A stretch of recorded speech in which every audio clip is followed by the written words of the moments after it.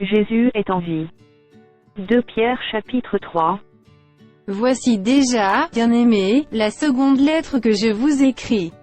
Dans l'une et dans l'autre je cherche à éveiller par des avertissements votre saine intelligence, afin que vous vous souveniez des choses annoncées d'avance par les saints prophètes et du commandement du Seigneur et Sauveur, enseigné par vos apôtres.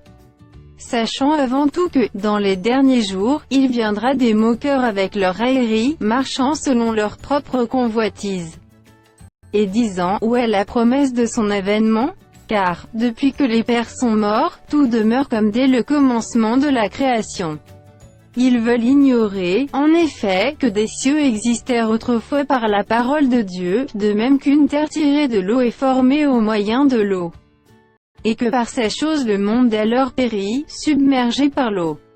Tandis que par la même parole, les cieux et la terre d'à présent sont gardés et réservés pour le feu pour le jour du jugement et de la ruine des hommes impies. Mais il est une chose, bien-aimés, que vous ne devez pas ignorer, c'est que, devant le Seigneur, un jour est comme 1000 ans, et 1000 ans sont comme un jour. Le Seigneur ne tarde pas dans l'accomplissement de la promesse, comme quelques-uns le croient, mais il use de patience envers vous, ne voulant pas qu'aucun périsse, mais voulant que tous arrivent à la repentance.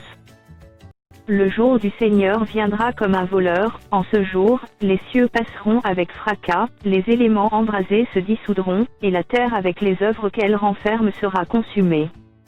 Puisque donc toutes ces choses doivent se dissoudre, quelles ne doivent pas être la sainteté de votre conduite et votre piété. Tandis que vous attendez et hâtez l'avènement du jour de Dieu, à cause duquel les cieux enflammés se dissoudront et les éléments embrasés se fondront. Mais nous attendons, selon sa promesse, de nouveaux cieux et une nouvelle terre, où la justice habitera. C'est pourquoi, bien-aimés, en attendant ces choses, appliquez-vous à être trouvés par lui sans tache et irrépréhensibles dans la paix.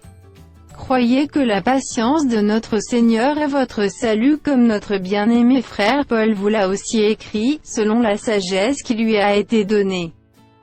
C'est ce qu'il fait dans toutes les lettres, où il parle de ces choses, dans lesquelles il y a des points difficiles à comprendre, dont les personnes ignorantes et mal affermies tordent le sens, comme celui des autres Écritures, pour leur propre ruine. Vous donc, bien-aimés qui êtes avertis, mettez-vous sur vos gardes, de peur qu'entraînés par l'égarement des impies, vous ne veniez à déchoir de votre fermeté. Mais croissez dans la grâce et dans la connaissance de notre Seigneur et Sauveur Jésus-Christ. À lui soit la gloire, maintenant et pour l'éternité. Amen.